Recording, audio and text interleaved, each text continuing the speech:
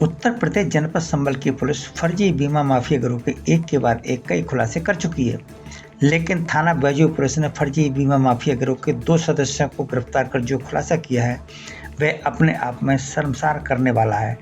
क्योंकि योजना के तहत फर्जी बीमा माफिया गिरोह के सदस्यों ने बीमा की मोटी राशि हड़पने के लिए अपने विकलांग सगे भाई का कई बीमा कंपनियों से लगभग 95 लाख का बीमा कराया था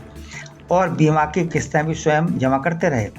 और योजना के अनुसार इलाज को ले जाते समय विकलांग भाई की सगे भाई ने ई रिक्शा से नीचे धकेल दिया और पक्की सड़क पर विकलांग भाई का सर पटक कर निर्मम हत्या कर दी थी। भाई ने एक्सीडेंट का रूप देकर अज्ञात वाहन के खिलाफ बैजू थाने में मुकदमा भी दर्ज कराया था, लेकिन साक्ष्य न मिलने पर पुलिस ने एफआईआर लगाकर केस को बंद कर दिया था। लेकिन 1 साल बाद टाटा कंपनी से क्लेम लेने के लिए फर्जी बीमा माफिया गिरोह के सदस्यों ने आवेदन किया तो शक होने पर बीमा कंपनी ने पुलिस को सूचना दी। पुलिस ने कड़ी से कड़ी जोड़ते हुए 2 फर्जी बीमा माफिया गिरोह के सदस्यों को गिरफ्तार कर लिया और विकलांग की हत्या का खुलासा कर दिया, क्योंकि सगे भाई ने ही बीमा की मोटी धनराशि हड़पने के लिए अपने विकलांग भाई की निर्मम हत्या कर दी थी। हालांकि क्लेम के 20 लाख रुपए भी खाते से निकाल लिए थे। पुलिस अधीक्षक कृष्ण कुमार विष्णु ने प्रेस वार्ता कर घटना का खुलासा कर दिया और अभियुक्तों को जेल भेज दिया। पुलिस अब तक फर्जी बीमा माफिया गिरोह के लगभग 3 दर्जन सदस्यों को गिरफ्तार कर जेल भेज चुकी है और गिरोह के बाकी सदस्यों की तलाश कर रही है। जनपद में बीमा की राशि हड़पने के लिए हत्या करने का यह दूसरा मामला प्रकाश में आया है। Bureau report, ABP India news. जनपद संबल में अपराध एवं अपराधियों पर अंकुश लगाने के अनुक्रम में आज थाना बैजोई को एक अच्छी सफलता मिली है, जिसमें इन्होंने करीबन 1 साल से ज़्यादा पुराने एक केस को भंडाफोड़ करने में सफलता हासिल की है। पूर्व में हमारे एडिशनल एसपी अनुकृति द्वारा बीमा माफियाओं के खिलाफ जो कार्यवाही की जा रही है, उस कार्यवाही में एक ये नया मोड़ है, जिसमें अपने किसी सगे रिश्तेदार का मर्डर करके उसमें लाखों रुपए की इंश्योरेंस पॉलिसी प्राप्त करने की यह ऐसा दूसरा केस है जिसका भंडाफोड़ किया जा रहा है। उल्लेखनीय है कि 20 जून 2024 को एक संजय नामक व्यक्ति है, उसकी ई रिक्शा से उसके सगे भाई नवीन द्वारा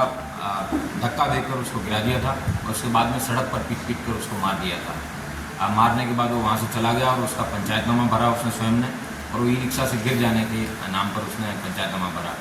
बाद में बीमा माफियाओं से बातचीत करने के बाद में उसको पता चला कि ये एफआईआर उनको एक्सीडेंट की ही लिखवानी है, तभी इसमें कुछ लाभ मिल पाएगा। तो उस घटना के 17 दिन बाद में इन्होंने थाना बैजोई पर एक 6 जुलाई को अभियोग पंजीकृत कराया, जिसमें 279, 338, 304A का अभियोग पंजीकृत कराने के बाद में पुलिस को ये बताया गया था कि ई रिक्शा के पीछे से किसी ने टक्कर मारी है, लेकिन पुलिस को ना तो कोई ऐसा ई रिक्शा मिला, ना ही कोई ऐसा टक्कर मारने वाला वाहन मिला। सीसीटीवी सारे खंगाले गए। उसके बाद में पुलिस ने इसमें 14 सितंबर 2024 को ही एफआईआर लगा दी। लेकिन इसकी जब घटना के बैकग्राउंड में जब पुलिस के द्वारा जांच पड़ताल की गई, इसमें एक कंपनी है जिसके द्वारा बताया गया कि टाटा AIG, जिसका इंश्योरेंस इन लोगों ने करवा रखा था, कंपनी के द्वारा बताया गया कि ये जो इंश्योरेंस क्लेम है इन लोगों के द्वारा ये घटना सस्पिशियस लग रही है। जब पीछे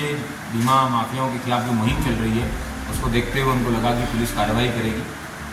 तो उन्होंने हमारे एडिशनल एसपी से कांटेक्ट किया और उसमें मुकदमे को दोबारा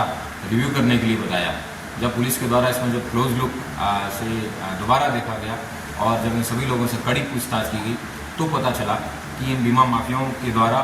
इसके भाई से मिलकर इसकी हत्या कराई गई थी और कुल 95 लाख रुपए का बीमा इस व्यक्ति के नाम पे, जिसमें नीवा बुपा का 10 लाख, ICICI लोम्बार्ड का 50 लाख, SBI जनरल का 20 लाख और टाटा AIG के 10 लाख और एक किसान